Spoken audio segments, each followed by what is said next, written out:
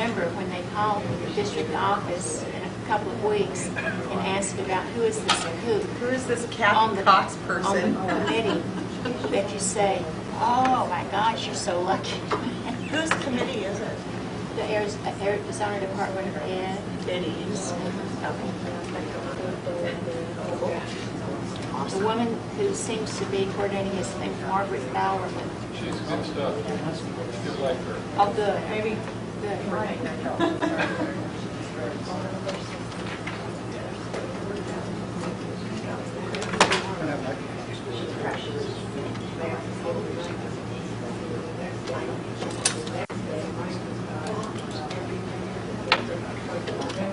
Yeah, I know. Well, that's a good. She told me that. She was like, all nervous about Here he comes.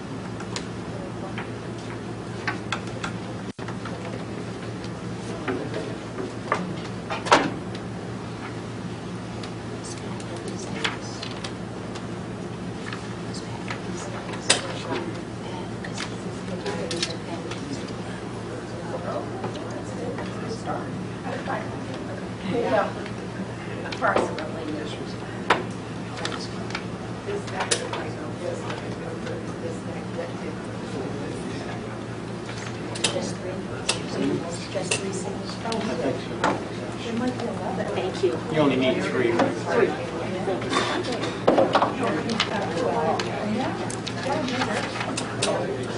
Yeah, I got it so well. Yeah, they all around the and enjoy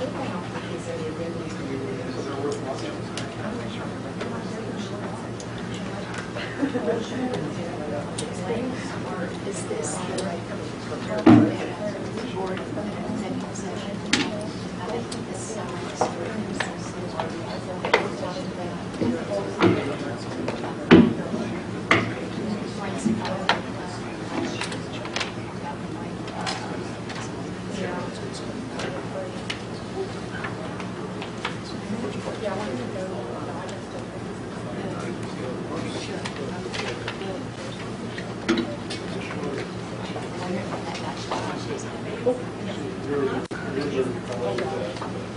yeah, I see.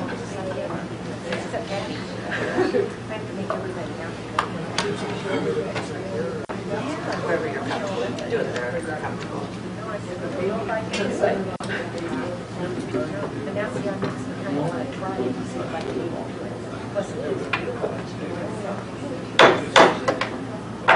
Go ahead and call the meeting to order. Will you please join me in a moment of silent prayer and reflection?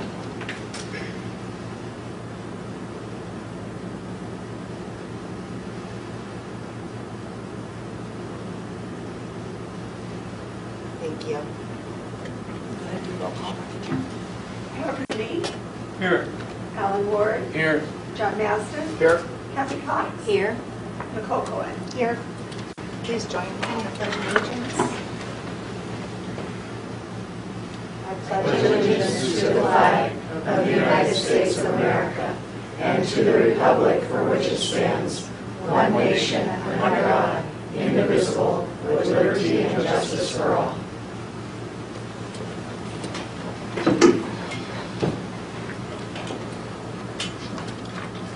Okay, do I have a motion to review and accept the agenda for today? So moved. Second. Kathy Cox, Yes. John Maston, Yes. Pat Rooney, Yes. Alan Ward, Yes. Nicole Cohen. Yes. All right, I'm going to go ahead and turn it over to Mr. Murray. Madam President, members of the board, it is recommended that the governing board approve the proposed budget for the 2017-18 school year. Arizona Revised Statute 15-905 requires each district to annually prepare a proposed budget no later than July 5th and furnish it to the county school superintendent and the superintendent of public instruction. After approval by the governing board, the proposed budget summaries and notice of public hearing will be published on the ADE website. The meeting to adopt the budget is scheduled for July 10th, 2017. A copy of the proposed budget will be provided at the June 27th this meeting. Madam President, members of the board, I'm going to stand if that's all right. Point of order. Should we put this on the floor first before we start? Do I have a motion for action item 3.1, approval of proposed budget for FY 2017-18? So moved. Seconded. I'll just sit here and that way I can talk to everybody. If I go back there, then you have to turn around.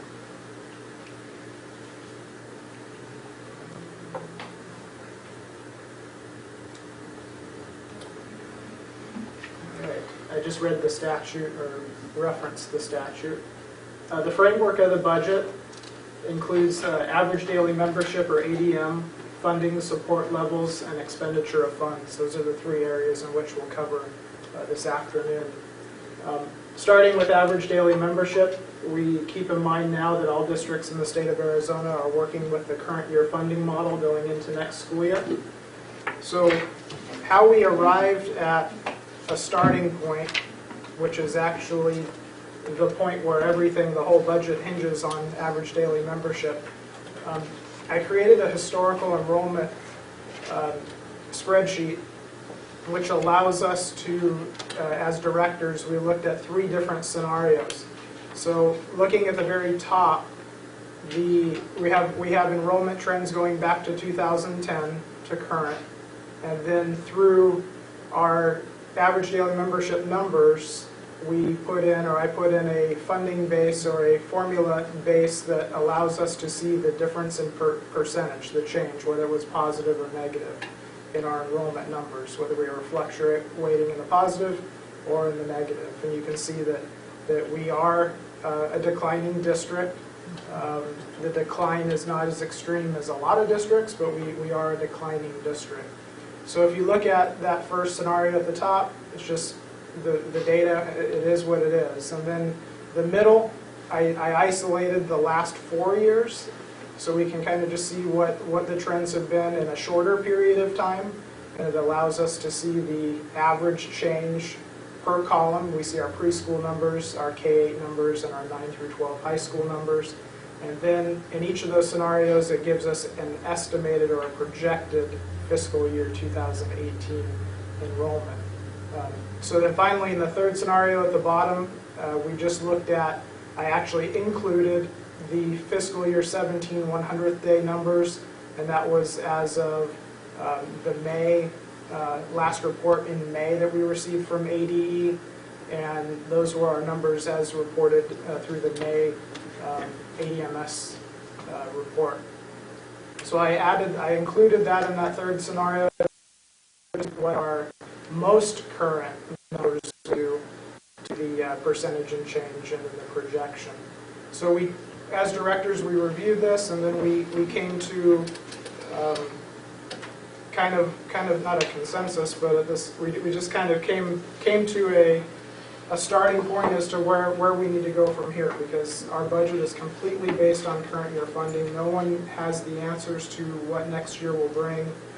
We don't know if the economy will increase tremendously or if there will be a decline. We just don't know what the nationwide trends will be or the state or local trends. So we took what we knew based on looking at historical figures and based on what we've seen in the short term and some upcoming projects here in the city regarding development, and we came up with estimated 2018 ADM numbers, and that is what you see in worksheet, the worksheet in front of you here, worksheet B. The worksheets are very much formula driven. Once you start to gather your data and information, you input them into cells that are already formula based. We took the 2018 current year ADM projections and I plugged them into the formula or into the spreadsheet. We are projecting 21 preschool students as an average daily membership, 3,450 K-8 students, and 1,655 9 through 12 students, which gives us 5,126 students. Worksheet, yeah, the worksheet.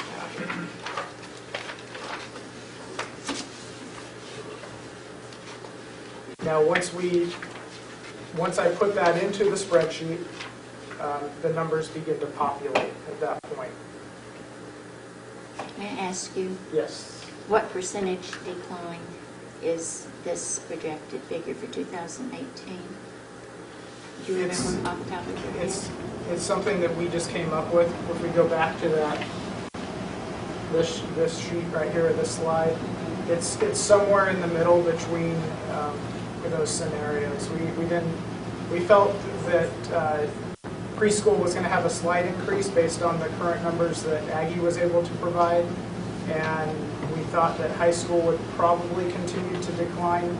They've been declining over the last couple of years, but this year they had a pretty good decline. We're hoping to gather some data as to find out why students were exiting the high school. We're not sure if it's a result of online programs or just people moving out of town. So we're hoping to work with Scott this year to see if we can kind of pinpoint some trends. I have a copy of that last one, not the second, but will you email out a copy to the board? Is that historical? That's nice. Yeah. Absolutely. And then that's something that we can use year after year.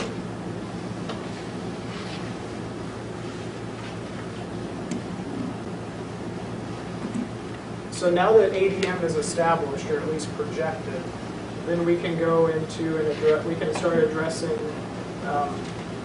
how we're going to actually start generating dollars and actually getting them to the district. So you see that here on worksheet C. You'll remember in the revision we talked about the Group B weighted student count. This is the most recent data that we were able to pull. Actually, it was May's data that we were able to pull, and this is the Group B projections or numbers as per ADE. So this continues to populate the spreadsheet.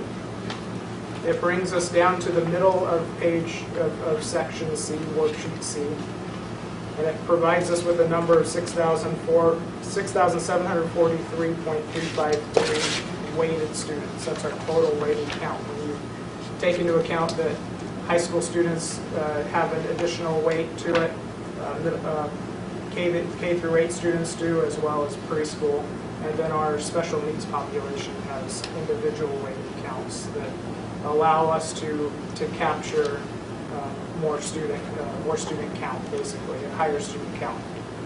So this year, this should change each year. There have been years where it hasn't, but this base support level increased this year to $3,729.31. That's the teacher compensation base level support.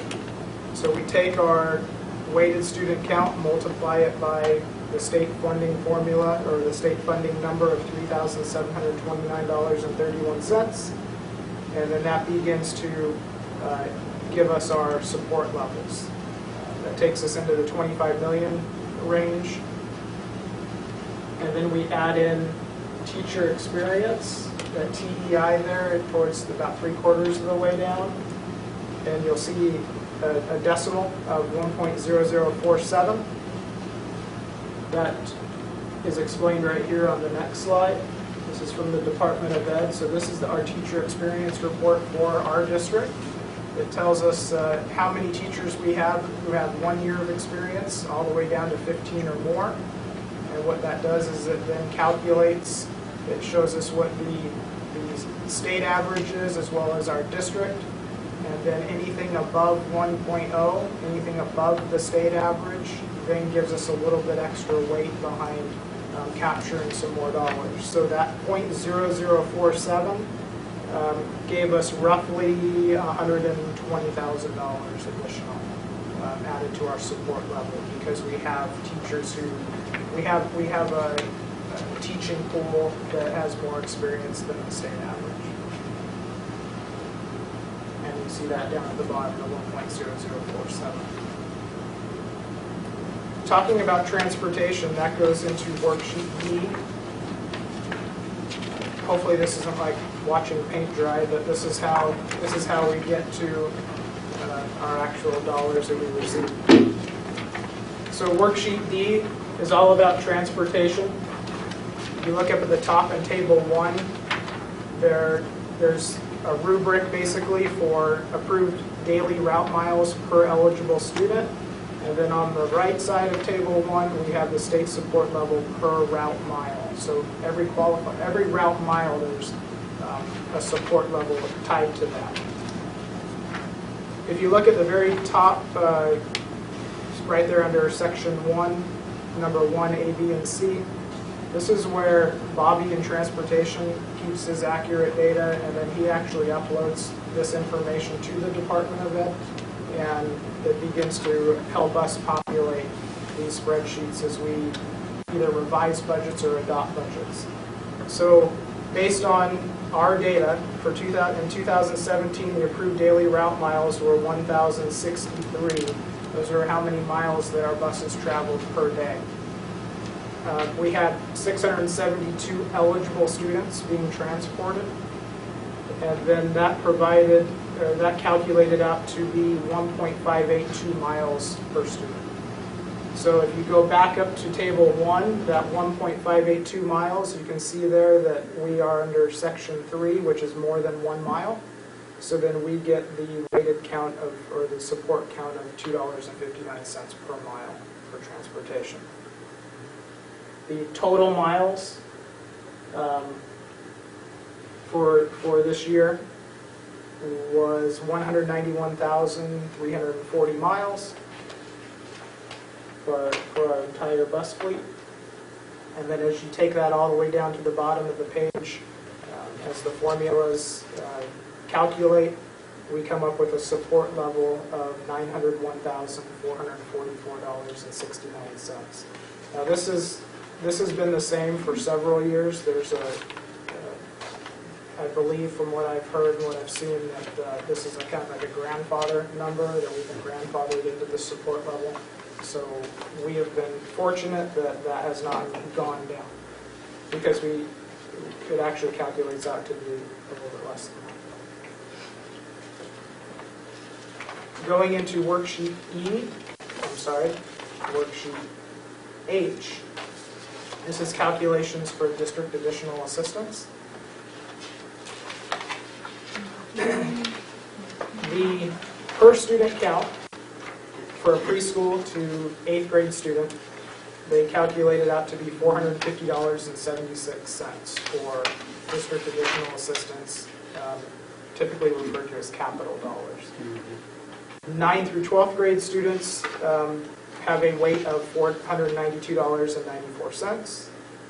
And so if you calculate that out, down to line 7C, it comes out to, for, let's see here, district additional assistance for high school, we come out to, actually for all three total, it comes out to $851,990. I'm sorry, no.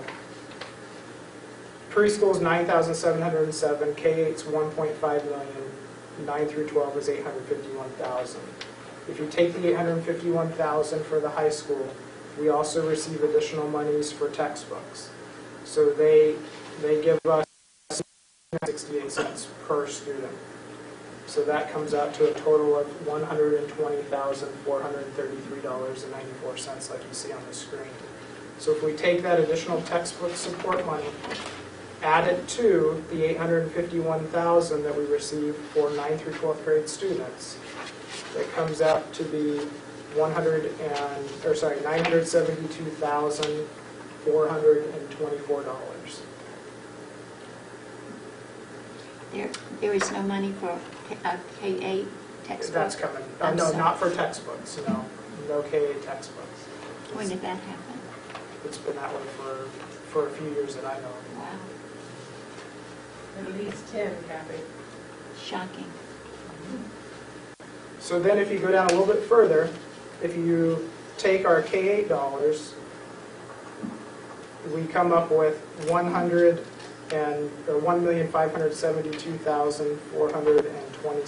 $1,572,427.13.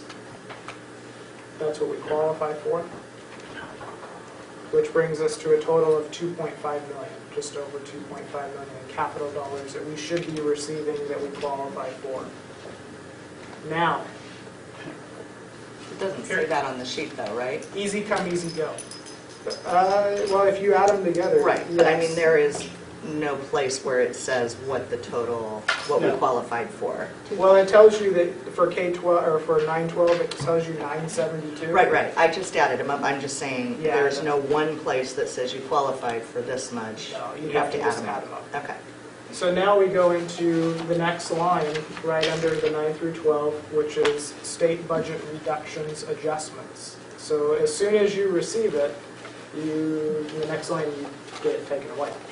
So when it comes to that for 9 through 12, we qualified for 972,000. They're taking away 831,000. That's for 9 through 12. Then if we jump down to K-8, state budget reduction adjustments, again, we qualified for 1.5 million, they're taking away 1.3 million, which is a total of $2,175,848. So we qualified for 2.5, they took away 2.1 immediately, and that left us with 369,000. So we have $369,000 to maintain 8 schools, a district office, just hundreds of thousands of square feet For capital. for capital. It's like 780,000 square foot. Most buildings have roughly 30 to 40 air conditioning units alone just on top of them. And we're just talking about just air conditioners. We're not talking about fleet, we're not talking about anything regarding just the day-to-day capital expenditures, furniture, whatever it may be, carpet, just any of those capital improvements that we need so desperately, just to maintain on a yearly basis. It's just impossible to do with 369,000 for so many square feet. Hundreds of thousands, 700 some odd thousand square feet. Can I ask you something? Yes. So we qualify for a lot more, but they take away quite a bit. And that's statewide. I know that, but what is the justification for that? Well, I don't know if anyone's been brave enough to say why they're doing it, but Somebody's got to pay for the ESAs and the charters and where all the other money goes. It's all the same pot, and the universities, and Pat, we're broke. it's money, there's so much money like The reason Mr. I Cohen said. ask that is because you have people that come to these things, and all of a sudden you say, hey, this is what we qualified for, and now they take it away. But to me, it's just nonsense, and I'm sure everyone else feels that way. But I don't know. It's only government can go ahead and justify this type of thing. the funding formula that was instituted almost, 30 years ago, was broken when it was instituted, but we weren't paying for all the things out of this formula that we're now, the money wasn't being funneled away from public schools to pay for all these other things 30 years ago. The formula hasn't changed. So now they have to do these reductions in order to pay for all the other things for out of the K-12 budget. That's why we get dinged right away. I know, but I mean, it's just confusing to me. If you have these things, people supply these to the taxpayers and like kids, you have to fund them. and all these goofy things that they do in the state government and the federal government, no wonder people get upset. Because the people down at the lowest levels cannot get the job done, and everything is pushed more to the local taxpayer. And then all of a sudden you hear at the state level, well, we're not going to raise taxes, we're going to reduce taxes, we're going to run for the government and reduce taxes. But the public expects services. And one of the most important services is schools. It just angers me. And then and we elect these people. And that's beyond me. And their justification for this is allowing local communities to go to their local taxpayer and say, pass an override or a bond. And I've actually talked to a politician, one of our representatives, and those were the words out of his mouth. Well, I know. What is is it? The guy that's head of the state senate thinks that teachers ought to get a second job. Isn't he the guy that made that comment? Pay for their votes, right? Yeah, to pay for their votes and all the other luxuries that teachers have. I just don't see it. It's just something that somewhere along the line there's a disconnect between the grassroots, the electorate, and these people who get elected. That's all I got to say. And anytime I hear something like this, it just gets me fuming. Well, I'm going to restate it. I've said it for a long time, but unless the actual formula is changed, there will never be a fix at the state level. It doesn't, even if I wanted to run for the legislature just for the sole purpose of fixing this, there's no political will because there's so many games that are played down there. This is not going to get fixed. It works to their benefit to constantly have education. It's for the children. So I maintain the only way to fund our schools until something breaks down there is locally. So I just think it's important that we stay local and we maintain the trust of our community with every dollar that we spend because they're the only ones who are going to sustain our schools because the legislature has other priorities. Sorry, didn't mean to take over your presentation there. I'm sorry, Mike. You're fine. I get frustrated. No, I'd rather you make comments. It's powerful and important. So now we move into the expenditure of funds. Yes. The moment everyone's been waiting. Yeah. Let me ask a question before we go into, and I'll check over the numbers later. When we're talking about transportation, did you calculate in the new bus routes? The New bus routes? No, this is, transportation is actually, we use the previous year's numbers for that. So when we come back for the 19 budget, we'll be factoring in the new bus route out of the high school or for the high school. So that'll be included in the next set of data. I have a question, Mike. What about federal funds and about the override revenues? Do those show up in the budget, or are they not meant to show up in the budget? No, they do. Federal will be, this is M&O, this is maintenance and operations and capital. This whole budget adoption is in those areas. Now, federal funds do come into play, but they are not included in this actual expense. What about the override? Override is embedded in here, we'll talk about that. Okay. It's increased your revenue control. So, if you look at the expenditure, now the expenditure packet, it's the second packet, unless it's all together. Okay. Packet number 2, page 1 of 8 down at the bottom. And I'm just going to go ahead and put that up there on the bottom right corner. The $31.839 million figure, that is our actual budget limit. So that's what we qualify for to budget against based on the passage of the override, our ADM, our student counts. This is what we actually have available to us in order to now build a budget. I'd like to, down at the bottom, I kind of just put some notables down there, just some things that stood out, because trying to go through every line item, it's just, we'd probably be here forever. I'm glad to do that if we want to put that down for later on, but just some notables that stood out for me as I put this together. In the form of salaries, that's your 6,100 column, your first column there on the furthest to the left. We added the base increase, which was reflected in what you passed, I think it was back in February, the compensation package. The longevity increases are also included in there, as well as the 1.06% teacher salary increase. That's also included in that column. The 1.06, I know that's been,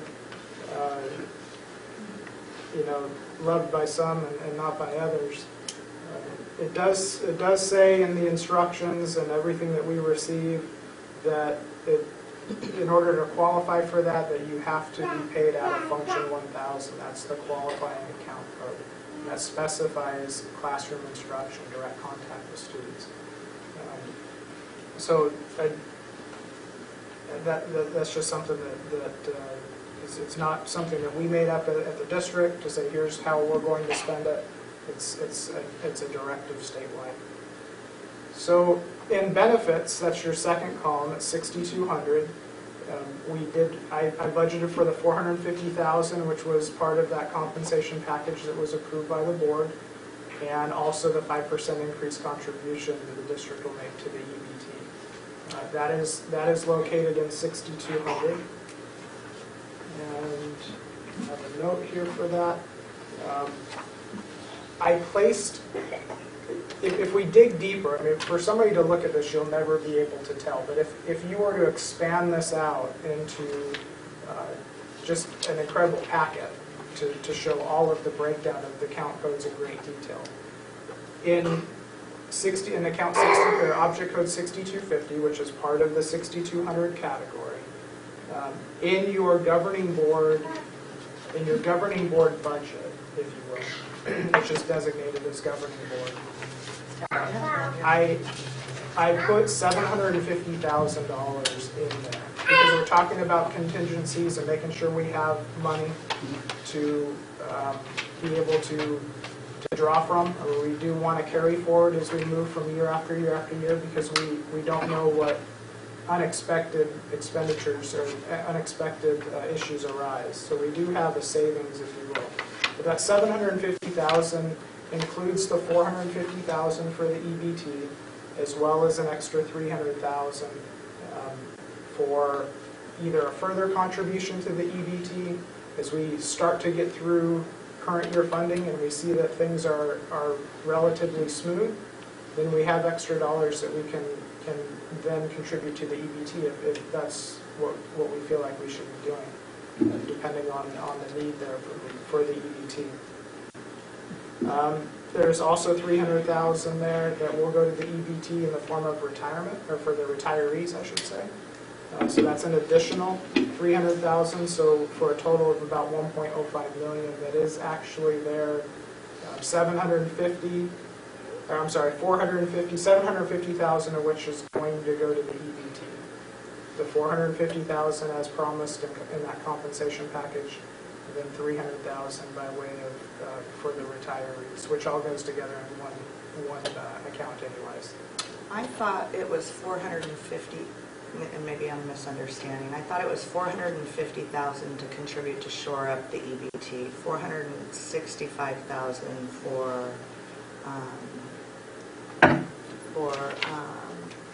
dependents, and then 5% increase. Am I? The 465,000 is also built into the 6,200 category in the form of its object code 6215 and 6216. So there's money there to shore up, or actually to bridge the gap of that increase that we had 2 years ago to dependents, but we decided for 2 years that the district would still contribute to allow staff members to not have that time to prepare. Yeah. So that money is in the 6215, 6216 object code for the dependent care coverage. The monies that I just talked about, with the exception of the $450,000, is additional money built in. I know that I'm going to want to see detail on this, just because we wanted to see it last year and we didn't. Yeah, So, I can, whenever, I'll just print one up. perfect. Mike, Yes. am I reading this right? Am I seeing 174% increase from one year to the other? You are. When we get to that, I will explain that. There's a reason for that. Yes. I understand. I just want to know the reason. So as I continue down, going into purchase services, you'll notice that that's the 6,300, 6,400, 6,500 category. That increased a bit this year because of the fact that we are moving from, because of Prop 206, we're moving from paying our own subs, which would normally be paid out of the 6,100 salary category, and we're going to contracted services with ESI. So that money is moving from the 6,100 group to that 6,300, 6,400, 6,500 category because that's contracted services. So that's, if you were to compare both budgets from last year to this year, you would see that purchase services column did increase, and it's because of that. Putting dollars from 6,100 last year into 6,300 for next year. So going to your question, if you go down to that 620 school-sponsored athletics, athletics used to be paid out of tax credit. Or it used to be tax credit's not part of this because it's not technically M&O. It's tax credit money. So that never appeared on this sheet before because it came directly out of tax credit funds. So as part of the compensation package again that was approved by the board earlier this year, we're putting $200,000 into athletics to kind of relieve tax credit. So we're contributing $200,000 from M&O. So what we're doing there for that 620 line, you'll notice that in the 6,100 group, if you were going to compare both budgets, that $199,000 figure there is mostly stipends for coaches. So that's why you're seeing the 174% increase, because that wasn't there before. It was being paid through tax credit. Purchase services also went up on that same line because we do have a few coaches and those who help out with our athletics program who are not certified teachers or who are not part of our district. So we have to go into an agreement with them and pay them out of purchase services, whether it's umpires, referees, and perhaps even some coaches who are not district employees. So that's why overall it increased 174%, because you're seeing things now in the M&O budget that never were there before. Now going into next year, you shouldn't see nearly that percentage change because, or that high of a percentage, because things should start balancing out again. This is just reflecting on prior year versus current year, or the proposed, this upcoming year. If I read this right, we're basically paying personnel and benefits and so on out of the first three columns on the spreadsheet.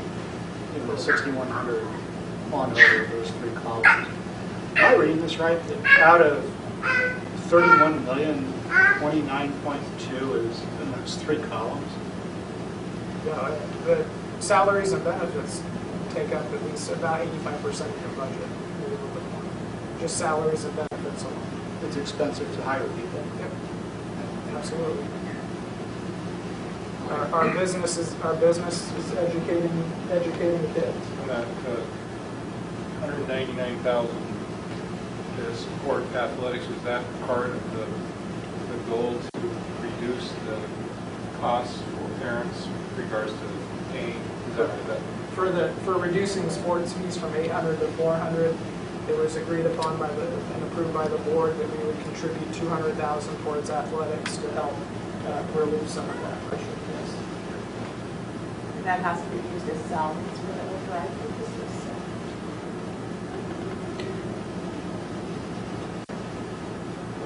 Just on that last point down at the bottom for JTED, and this is just for your information, this is the first year, if you look about halfway, right in the middle of this sheet, on the far left, it's highlighted in yellow.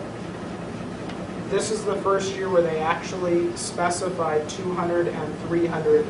These are our funding codes, program codes for SPED, and 300 now is for JTED. So our JTED programs, they are now identified as 300 courses, 300 account codes, and they're very specific as to the particular course.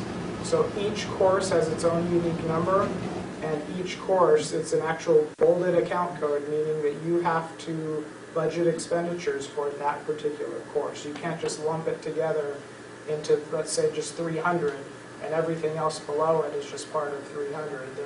They're actually bulleted funding codes for each particular CTE course, or I'm sorry, JTED course. So that's just I just wanted to point that out in case you looked at last year's budget.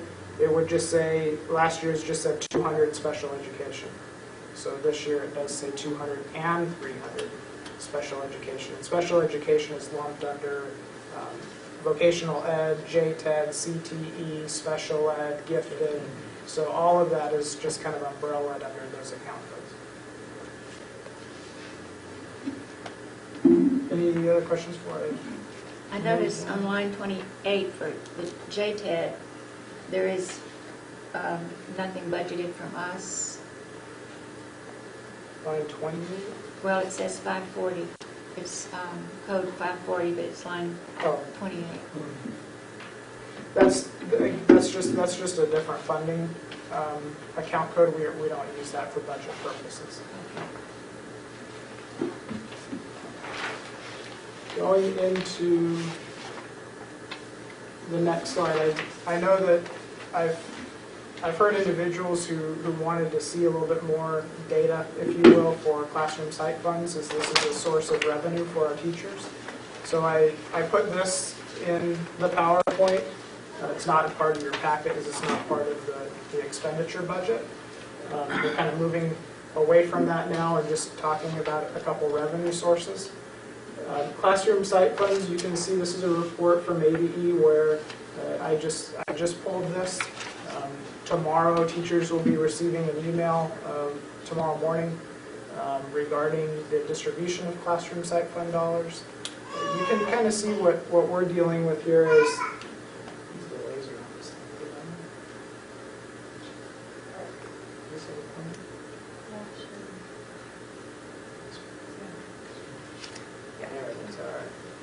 I'll go this way. So if you look at here, this is, whoa.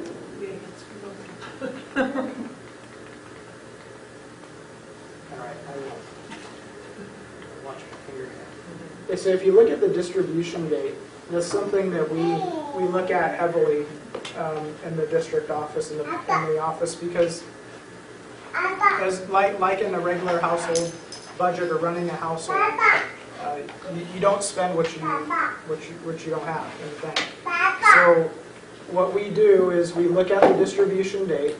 You can see that the first payment in July, we didn't actually receive the money until September. So when teachers kind of look at things and see that, well, we should be getting, because we all see this figure here at the bottom. This is kind of what we have year to date. So we're not there yet. We're still waiting on June's payment. So for classroom site funds, in the email you receive tomorrow, we're not going to have June in there. And that's what rolls over into next year. We keep track of that. So whatever we receive in June will actually be kind of like a balance carry forward into next year. And that'll be expended in October when the first payment comes out in October, the distribution of classroom site funds. So again, it's kind of that trend, and it would be nice if July's payment came in July and August came in August, because then in June we could just pay everything out at the beginning of July, and we'd have 12 months worth of the classroom site funds for that particular year. You'll see here that we went from December, we didn't get it till February. So in the March payout, teachers were paid up to December, because we didn't get January's until March 16th, which was already after when we were trying to get this out to teachers anyways in March. So this particular payout will include, January through May. So there'll be 5 months of distribution coming up here. It's July 7th, I want to say. It's Friday. I think it's the 7th. That's when these funds will be in teachers' hands. So just for the sake of having this out there and showing you what it looks like, what we're up against when we say we have a payment for July, but we don't get it till September. We're just trying to keep track of every dollar, and whenever it hits the bank, if you will, then we feel like we're safe to go ahead and send that out. It's as bad as a grant fund. It really is. The last one I wanted to point out was instructional improvement, or some refer to it as Indian gaming. So instructional improvement, this is the instructional improvement fund. We typically get 2 payments a year. We're waiting on the second. We should have it any time. What Indian gaming is used for, if I back up just a tad, it's a non-supplanting fund, meaning that if there's a teacher that's currently paid out of M&O, and I want to just say, well, I'm going to start paying them out of Indian gaming money because we're all of a sudden getting a ton of it, we can't do that. Because they're actually paid out of M&O, they were paid out of M&O before, we can't supplant and replace M&O with now Indian gaming. What we can do is we can fund teacher compensation or class size reduction with anything that's new. For example, this year we have 2 new SPED teachers, 2 new positions. Actually, 1 new position and 1 that was a reclassified position. So if a position is reclassified and changed because of restructuring needs, then that would be non-supplanting at that time, because we would be changing the actual position. So we'll have 2 teachers paid out of Indian gaming funds. Up to 50% can be used by way of salaries or compensation. And then, but all of it can be used for instructional improvement and dropout prevention. So we're trying to use Indian gaming for kind of like a hybrid of both. I believe that Indian gaming dollars, we should be putting it into the classroom by way of paying some teacher salaries. That does relieve us a little bit on the M&O side, as long as it's available for us to use. And then we do fund some instructional improvement programs from Indian gaming, like Galileo, a few of those instructional programs. So that's kind of in a nutshell, that's what Indian gaming funds have been used for, or are being budgeted for, I should say, for going into next year. Last year we did pay a few teachers some stipends for Galileo reviewers. Those who would review the Galileo assessments, they received their stipends out of Indian gaming. So last year there was a very small amount of those dollars that went towards compensation. There were just some small stipends. I think there were probably 6 of them or 8 of them. But this year we wanted to try to stretch that a little bit and include some salaries in there, some reduction. Class size reduction is part of expanding that SPED program, because there is a need there. So in conclusion,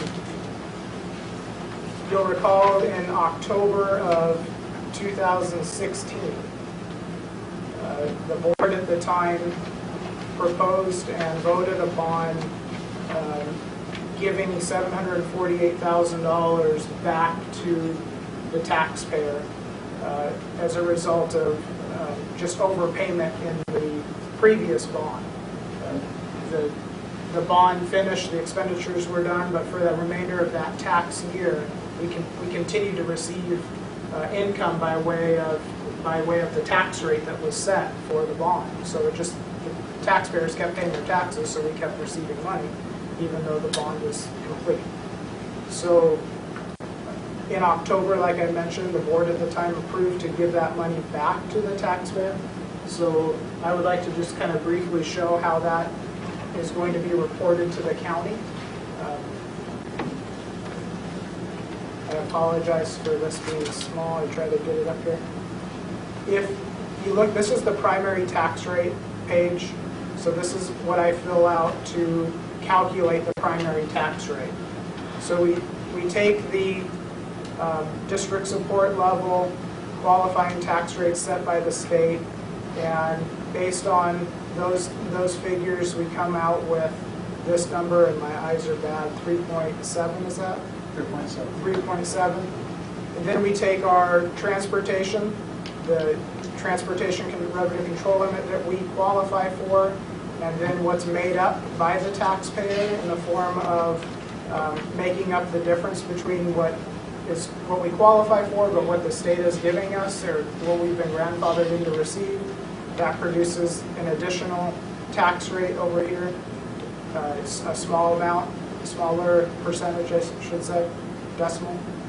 And then we go down here to the important part, based on what that letter agreed upon and indicated. You go down to the very bottom of the page, or towards the bottom of the page, I have correct outstanding a cash deficit. So I've been instructed or told that I should put that here, and I put it here in the form of a negative. So I took that $748,000, corrected the cash here, the deficit here, which then produced a negative rate of basically a tenth, 0.1. So that dropped what we should have been paying, or should have, what the taxpayers would have as their primary rate. Because of that 10th decrease, because of the reduction here of the 748, we now have a tax rate of 3.67, I believe right there. So that's the primary rate. It's going to be 3.67. Last year we were about 3.9, so we do have a little bit of a reduction, which is a good thing. Going into the next page, I had a couple arrows there, sorry about that. And then that will be applied in January. But when people pay their taxes. Correct. Whenever people start paying taxes, usually October and April, I believe, where you start to get the chunk of your tax. Okay. So It'll be the next round. Yes. correct. This is the rate set for this upcoming. They've received no benefit yet, but they will. Yeah, they will soon, and they're on their next bill. This is the secondary rate page. This is where we actually put in, this is our override amount that we had on the pamphlet, the agreed upon 3.9 million. That produced this tax rate of 0.57. This is our debt service for the bonds for this upcoming year of 2.04 million.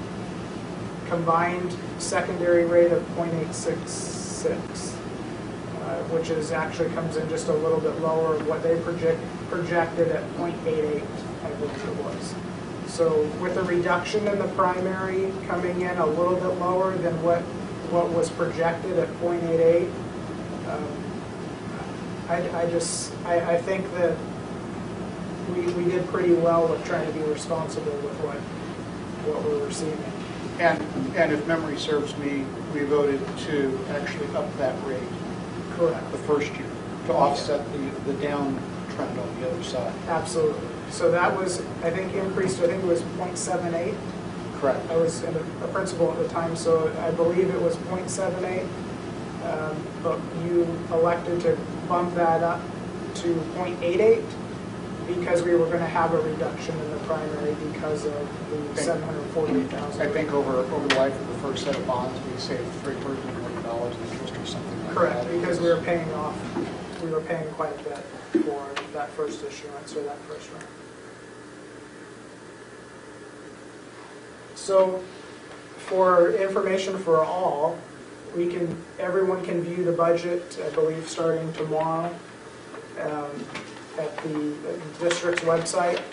There's the address up there. If you click on the proposed budget link on the left side of the page, it'll direct you to the Arizona Department of Ed's website, where You can see the expenditure pages, the worksheets, you can receive the hearing notices, everything. And that's, Is this PowerPoint going to be posted? I don't know, Gary? If you'll send it to me, I'll send it to you. Yeah, absolutely. And you don't, I don't need to print any pages, I'll just print off the PowerPoint. Yeah, no problem. So, I like what I see, Mike, but my question is as we drill down further into this, as we get into the minutiae inside of it, there are probably things that we've added and there are things that we've subtracted. And I think it would be a nice thing for us as a board to see what those give and takes are within the budget. You know, we don't see a program going offline and a new program take its place going in necessarily all the time. And just for our information, what those trade-offs look like. I know this is top-level numbers, but getting a little bit of that drill down, getting a little bit more detail on, I would like to see those areas personally. And I can actually address Mr. Ward as well in putting this together. There actually is, in the near future, and I say near by meaning a year or two from now, there's a push within the Department of Ed and the state to actually start putting a lot of the budget, dedicating a lot of the budget to the particular sites, so more of a site-based budget, if you will. We are actually doing that in a lot of ways already, as far as making sure that our money is tied to specific buildings, so that you can clearly see that this amount of money is for Starline Elementary or for the high school, whether that's in teacher salaries or supplies, and again, addressing Mr. Ward, because we've had a conversation a few times about this. In this budget, we did begin to allocate, and this is going to be probably a multi-year process as we continue to move forward in that direction, but we did start to allocate custodial supplies, office supplies more heavily to the site. And we do have a program or a software in place beginning at the beginning of the year, which will allow custodians, FSPs, office assistants, principals, to actually order supplies from the warehouse rather than filling out a piece of paper. Something that's trackable, something that will be assigned an actual dollar amount, so principals, administrators, any who order can see, and those who can order, it's going to be limited. It's not going to be teachers and everyone else. So it's going to be a targeted group of people at each particular site who will now process requisitions or order forms via or electronically, so that we can have those numbers readily available. We can run reports anytime we want. We can track trends. We can look at trends, track expenditures, and allow sites to have a little bit more of a say or a little bit more control in what it is that they're utilizing day in and day out. So we are moving in that direction. We did put that into this budget here, where again we allocated supplies to more aggressively to the sites. We did hold on to a little bit of a reserve at the district level, just because we're working and transitioning in that direction, and we wanted to be able to have something there as a backup. But there will be tight parameters. So I did, just so you know, for budgeting purposes, I took the dollar amounts that we have used in the past when I looked at purchase orders for all of our supplies, whatever that trend has been, I took that dollar amount and divided it by our student count. So I came up with basically the cost of supplies per student. And then I took that and I looked at how many students were at each site, and I allocated those dollars accordingly. So that way it was a system of fairness. Somebody couldn't say, well, how come they got all this money and I only got this? It's an equitable piece, and I think it makes sense because we can have a conversation about you have more kids in your building than they do, and we can at least start the conversation that way. And again, as we move forward year after year, we'll modify it as needed. This is an aside, but you're in the budgeting process right now. And the one item in particular that worries me about classroom supplies, I hope we're making a move with these schools to tell the teachers that these supply lists are optional. And I hope we're taking a close look at the fact we've been asking parents to provide reproduction paper. That's our responsibility. We did that about an admin team or two ago. So we took that to the building principals, and they came back with an updated supply list. And those we followed the board's recommendation on that, and Mrs. Asire did a fantastic job with facilitating that, and we're in that process as well of trying to shrink that list. I just knew we were getting into the summer, and those letters are going to be going out to parents pretty quick. I just want to make sure we had done We it. specifically addressed the copy paper, the REMA paper. So we, if anything, we addressed that, and I know that communication was given and received by the principals. We talked about other things on the list as well, but that piece, that REMA paper was specifically mentioned. So I know that was a concern from several of you. So I have a question.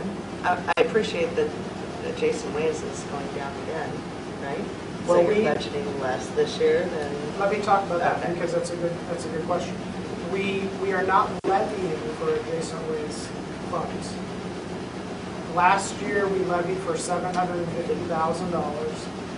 We used about $100 and some thousand. So the remaining $600,000. We're not levying for more. That's what we have left in there. So here's my communication with you as the board. If I'm going to come to you and propose a levy for adjacent ways, it'll be backed with specific projects, including start time and completion time, so that we don't have this problem of rolling it into another year. So it'll be for the fall of 2018 or 20 or whatever it may be. This is the project, or these are the projects, the estimated dollar amount. So therefore, here's the reason why we're going to levy for this amount. This is what we're proposing to levy for. And that way we can address it all within that same year that we levy. That's just how I would like to communicate that going forward. That $600,000, that's an estimate. But whatever it is that we did not use, that was $750,000 from last year, will be shown in the 620 account so that everybody can plainly see it. It'll just be there. There are in the USFR, it does allow for districts to transfer that dollar amount into M&O or 610, I believe 610, as a qualifying, as an approved transfer. So there is, by statute, you are able to move that money from adjacent ways into M&O should you choose to. For me, unless otherwise directed by Mrs. Asire or the board, if we levy for adjacent ways, unless there's a real emergency, adjacent ways should remain in 620. And whether we use it this year or going into next year, it's just always there. So we can see the revenue received and the expenditures made. Very cut and dry. That brings up a quick point. You're going into a budget cycle here. We come out of the year with money in the bank. We go into the year with money in the bank. How much we got in the bank? What do you think our carryovers are? Well, our carry forward right now, looking at, we still have that advice of encumbrance period for the next 3 months going into September. Right. It looks like we'll be in the $1 million range going into next year, and that's accounted for in this budget. So part of that $31 million is figuring on about $1 million carrying forward into next year, based on what we can see right now in expenditures made year to date. And that's about where we were last year. Yeah, right about where we were. We were actually, I think, budgeting for, I think it was 900,000, but then when we revised the budget, it was actually more than that. I think we came out at 1.8 million last, if I remember right in May. So we're going to keep the 1.8 million and carry forward, or we're going to? No, just at the end of this budget cycle, it looks like we'll be about $1 million ahead. That includes the carry forward and everything from last year. And that includes what's in the contingency fund is part of the carryover, is that different? It's different. That's different, right? The No. contingency that she was talking about that That's was what I in thought, I just want to the make sure I board understand. the budget. No, budget. that's all part of M&O. Right. It's just there. So if you imagine that on June 30th, everything that's captured in all of these accounts will just they'll just come loose and all fall down into what we can then carry forward into next year. So that includes anything that's in the board, all that board accounting code is just, it designates or earmarks the fact that you can travel. I mean, there's some travel there, you travel from time to time, not often. But it allows us to put something there. In my opinion, it's nice to have an actual place where we can put some money so that anybody who is asking can see it. And especially when we're talking about large sums of money, I'd like to be able to put it somewhere where it's just there and it's identified. You can see it. If you have 100 here and 50 here and 200 here, and that stuff just kind of starts to blend in when you're talking numbers that we're talking about. So if we're talking about $750,000, in my opinion, I'd like to park it in one spot so that we all know, and it doesn't get spent by accident. Not that it's done by accident, but it's just there. It's parked to the side. It's clear. It's been communicated, and it's there for us to use. Don't get me wrong, but it's just part of just that contingency.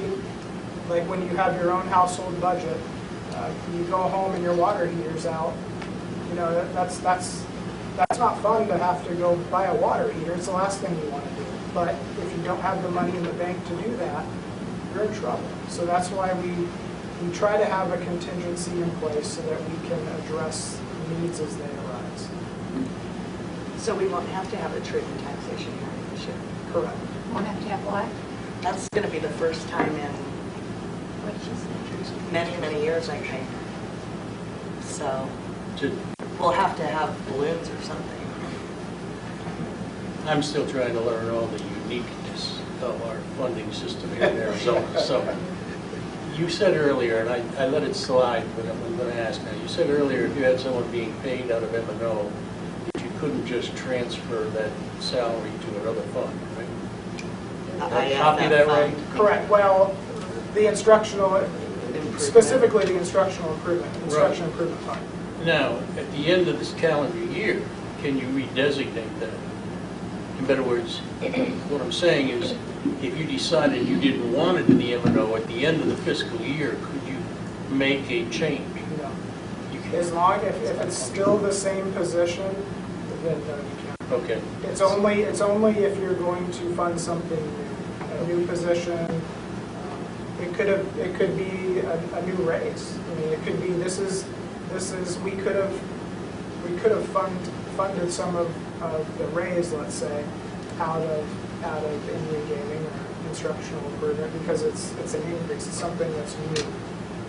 But we can't supplant by saying we have this money and if there's quite a bit of it now. Let's replace his salary with Indian gaming funds and save money in M&O. If they're originally paid in M&O, we have to keep it.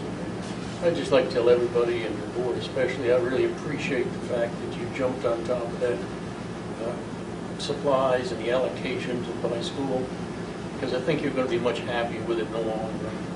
I think so too. And our warehouse manager's pretty happy too. He's working hard. But I think when it's all done and everything's up and running, he'll see that it's much more. The other thing I was going to say is having your funds in one lump sum, your discretionary funds, is a very smart move. That other method is called mud puddle accounting, and people go looking and they find little stashes here and there, and that's how you get in trouble, real quick. So it's very transparent. I like it.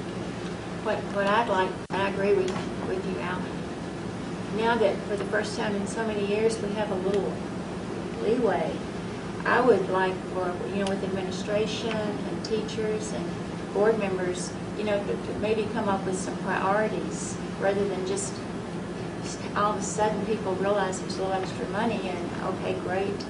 And there's so, we used to, the years I was a teacher, we were able to go to professional conferences. I can't think of any single thing that did more for me to make me become a better teacher and find out techniques and materials that were being used in other districts and coming back and running that to the district.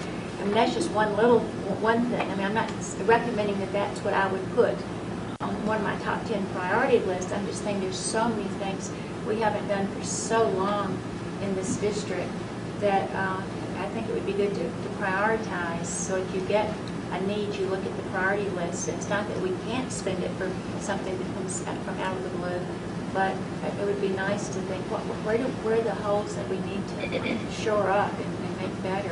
I mean, like, it's our kindergarten program, which for me, that's the beginning of all student success is kindergarten.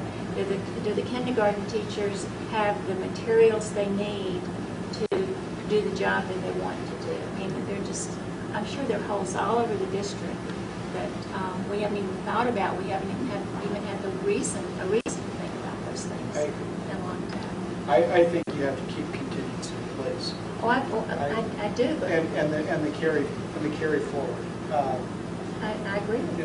One of the selfish things that I'm looking at in requesting what are we getting rid of and what are we adding is because I think that there are probably some things that we have institutionalized into our culture within the district that we can probably simply look at and go, why are we still doing this? And I think that once you find those things and identify those things, that's where your found money comes from. And I can find it in my household budget, I can find it in my office, I can find it just about anywhere of just things that, well, gosh, we've used Frontier for our internet for the past decade. They've been okay, why would we ever want to change? And then you get into it, you go and you look at the other side of the coin, you find the competition saves you $150 an hour. I'm with John 100%. You've heard me say before, where have we saved our money? What have we done? And I think we need to really look at our priorities from the point of view that, yeah, we may have some money in the overall, but that doesn't mean we have to spend it. And it may be we can find places, like John says, where we've been doing the same thing year after year, and we can't justify it. It's just not justifiable. I don't see that what I'm asking for is in conflict with what you want. I think it's a totally different process. And I think if you drill down on these sheets that you're talking about, you're going to things that we used to do that made a big impact are not going to show up because we haven't done those things for so long. And we perhaps some of them we need to try to put some of them back again. But it's like repainting a car. You don't put paint over old paint. You strip off the old paint and you build it back up. I think Mike has an example he'd like to share with Well, us. if I could just share, Patty and I, over the last probably week or so, 2 weeks, had the opportunity to sit down with Republic Services, our trash collecting agency here in this town. And Patty came to me a couple weeks ago and said, Mike, we're looking at a 12% increase into this district across the board. So that's, nobody likes to hear of a rate increase that is, especially for trash. I mean, it's good to have that removal in place, but who appreciates dumpsters sitting in the parking lot? There's just a piece of metal out there. So what I did is she provided all of the sheets for every school. I created a spreadsheet and transferred it over electronically onto a format that I can see and manipulate. And I proceeded to plug in the 12%, or actually we had the 12% there, and I proceeded to then call the principals and the FSPs of each school and kind of do an inventory as to what they currently had on each of their sites. We have several new principals, as you know. So most of them probably really at the time didn't have a clue as to whether they had a 3-yard dumpster or a 6-yard dumpster or whatever. But I let them know that you have this and this, and it's picked up 5 days a week, and this is how much it's costing us. With their FSP there, I said, give me a feel for how often you use this. How much to capacity are these dumpsters? Do you need to have service 5 days a week? Do you need a 4-yard when a 3-yard would do? There are just a lot of questions, and through going down and talking to every location, we were able to then meet with Republic on 2 separate occasions, once to propose what we would like to see as far as changes, because what we received was, we have room to make some changes. We have some room that will benefit the district, especially in the form of dumpsters. We had recycling bins that were those rolly cart recycling bins that were costing us $45 a month per bin. $45 to recycle paper. Now, I'm a fan of recycling. I do it at home. But when you're talking $45 a month times the district, I think we had, I want to say 10 of those throughout the district. That's $450 a month.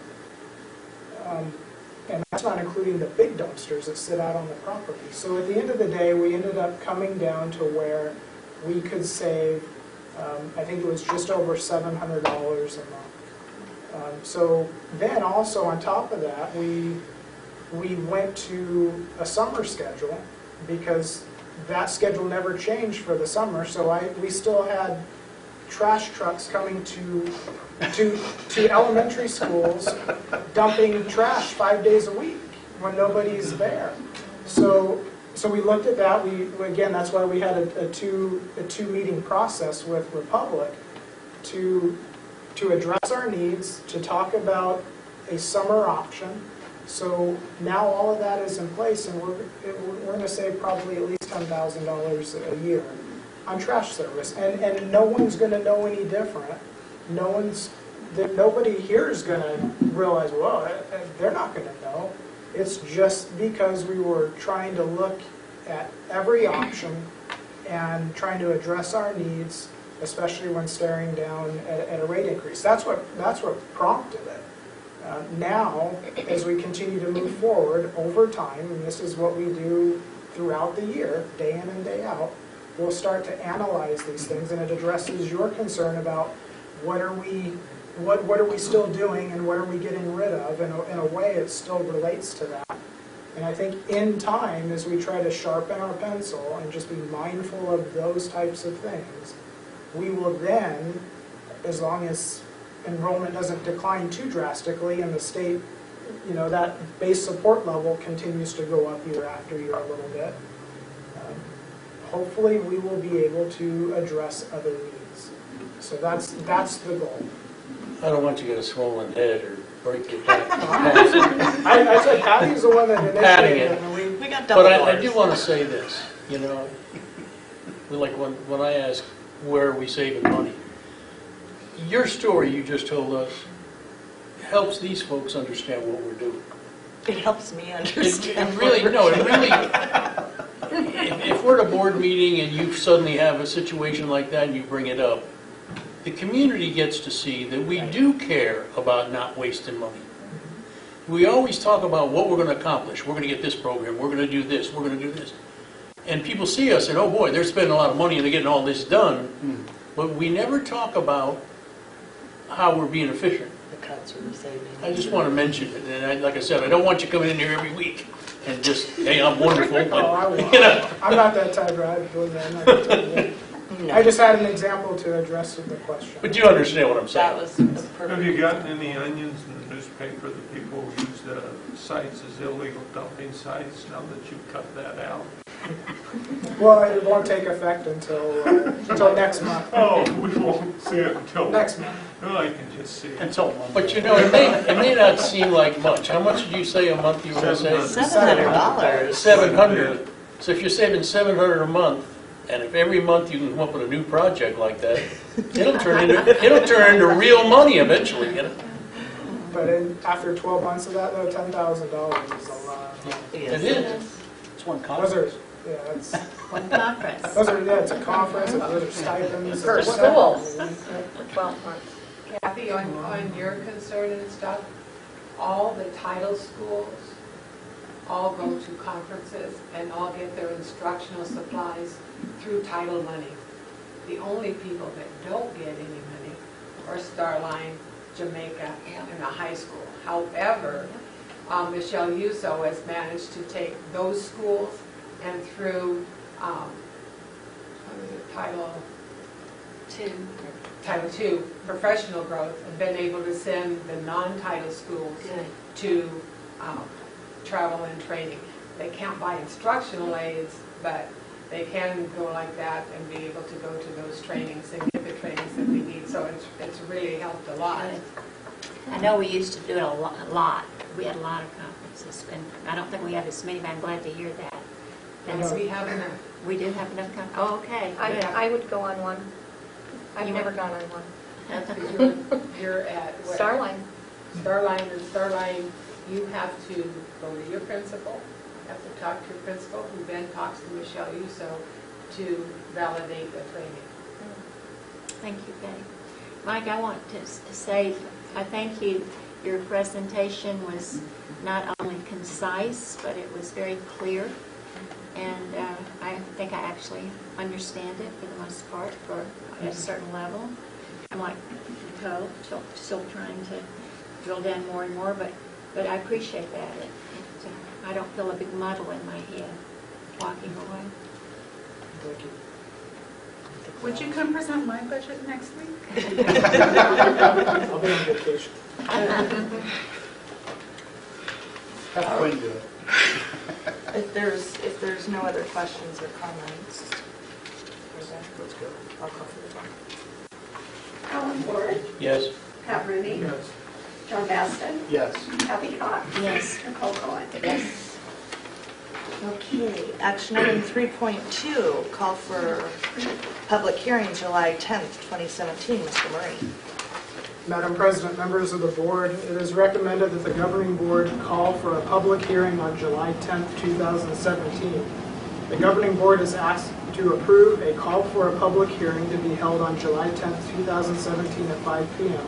to present for adoption the 2017-18 proposed budget for consideration of the residents of the district. This hearing will also present the initial calculation of the 1.06% increase for teacher pay for 2017-18. Do I have a motion? I'm going to make a motion to accept 3.2 as written. Any questions? Kathy Cox, Yes. John Baston, Yes. Pat Rooney, Yes. Alan Ward. Yes. Nicole Cohen. Yes. Item 3.3, approval of audit firm to conduct forensic financial audit. Mr. Murray. Madam President, members of the board, it is recommended that the governing board approve a two-phase forensic financial audit to be conducted by Simon Consulting LLC at an hourly rate of $150 and not to exceed the amount of $3,750 for phase one. If a phase two is recommended, the scope of that audit will be determined based on the outcome of phase one. At the January executive session regarding the hiring of a new business director, the governing board suggested to the superintendent that the district initiate a forensic audit, a deeper, more thorough audit than that required by the state. The deeper audit would serve to clarify our financial practices, including internal controls and cash controls, so that we could begin the new fiscal year 17-18 confident that our budget would be sound. This would also provide base information for the new director, the new superintendent, and the new board, and allow us to have confidence in our financial stability moving forward. As our new director has been preparing the 17-18 budget, discrepancies in the cash balance between our county and our financial system have been discovered. Many of the discrepancies have been identified as being software related, and proper corrective action has taken place. However, these discrepancies have affirmed the need for a deeper look at our practices. Simon Consulting LLC was selected based on their experience in working with government and other regulatory agencies and organizations, including various state and federal agencies. Simon Consulting is under state contract, and this item has been reviewed and approved by purchasing. Do I have a motion to approve action item 3.3? So moved. Second. Any questions? Here we are. It's good. Go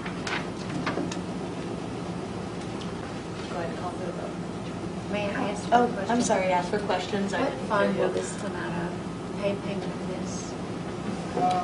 Trash There's can. professional services. M&O professional services.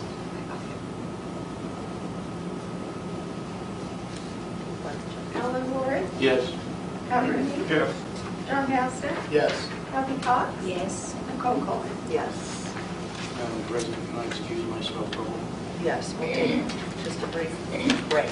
How's that?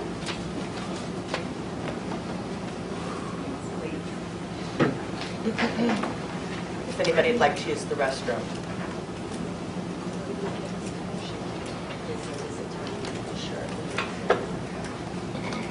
Right, it has the offer. I told her I took, it has people like that. Okay, we are going to resume our meeting. Action item 3.4, approval to appoint Nautilus Elementary Principal. Mrs. Minor. Madam President and members of the board, it is recommended that the governing board approve the appointment of Mr. Roger Berger to the position of Nautilus Elementary School Principal. Mr. Berger brings 28 years of experience in education to the position of principal, all here in LHUSD. Mr. Berger started his career as a first grade teacher at Oro Grande Elementary School. He then began working at Lake Havasu High School in the Student Development Program, working with a variety of developmental disabilities in a community-based instruction model. Mr. Berger created and ran the Student Transition Center, working with the older developmental disability students and transitioning them into adult life. During this time, Mr. Berger also coached wrestling and volleyball. Mr. Berger became the athletic director in 2003 and became an assistant principal in 2005. Roger has been named Volleyball Coach of the Year 5 times, and he has been named Athletic Director of the Year 5 times between different regions. Mr. Berger holds an AA degree from Glendale Community College, a BA in Elementary and Special Education, MR-EH-LD, from Northern Arizona University, and a Master's of Education degree in Educational Administration, also from NAU. Along with Mr. Berger's experience in school supervision and safety, conducting classroom observations, formulating school-wide initiatives, and supporting learning for our most challenged learners, Roger is known for his love of students and his sense of humor. He is also well known to the elementary schools as the dreaded heat miser. Mr. Berger plans to work with the team at Nautilus to build upon the history of excellence this school is recognized for each year. Thank you. Do I have a motion I to make a motion, we approve 3.4. I second it. Any questions? Are you ready? I might have to give up that heat miser, because those first graders might come find me then. So Brady might have to take that on, but no, I have a good staff over there, so I'm looking forward to it. Are you mentally adjusted to not being able to get involved in sports? That has yet to be seen.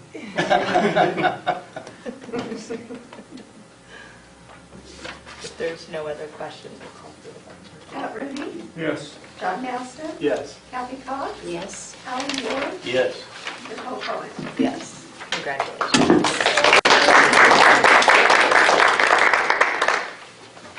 Okay, the next meeting will be our budget adoption meeting, July 10th at 5 p.m. And if there's no other announcements, I make a motion, we adjourn. Second. Just a minute. I have a minute. I just looked out among the audience, and I realized that in July, I will not be here for that meeting, but more importantly, neither will Mary Hieronyma. She is, aren't you retiring? I'm not retiring until January.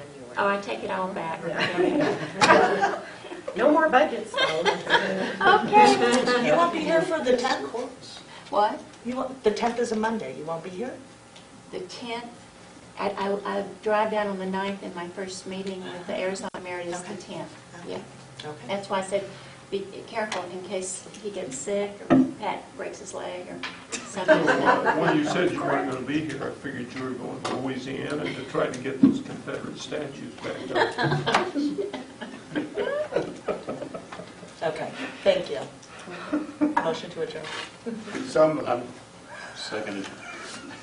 Changing it again. sorry. Alan Ward, Yes. Pat Rudy, Yeah. John Baston, Yes. Kathy Cox, Yes. and Nicole Coley. Yes. Thank you.